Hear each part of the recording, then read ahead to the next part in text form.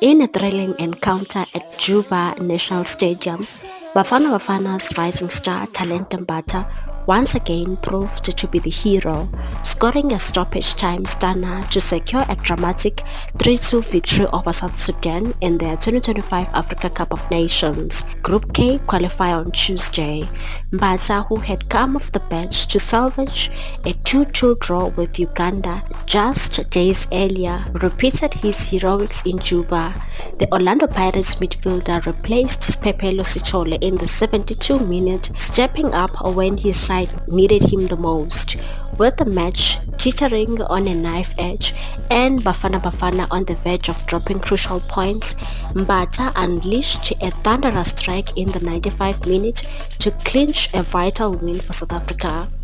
This victory places Bafana Bafana second in Group K, level on 4 points with Uganda, who topped